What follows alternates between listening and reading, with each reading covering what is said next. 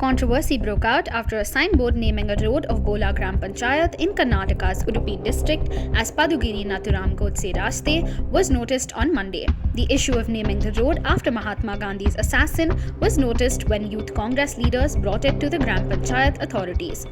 Officials of the Gram Panchayat swung into action and removed the name board with the help of police. A detailed report will be submitted to the Taluk Panchayat soon. ಈಗೇನು ಹೇಳ್ಬೇಕು ಇದಕ್ಕೆ?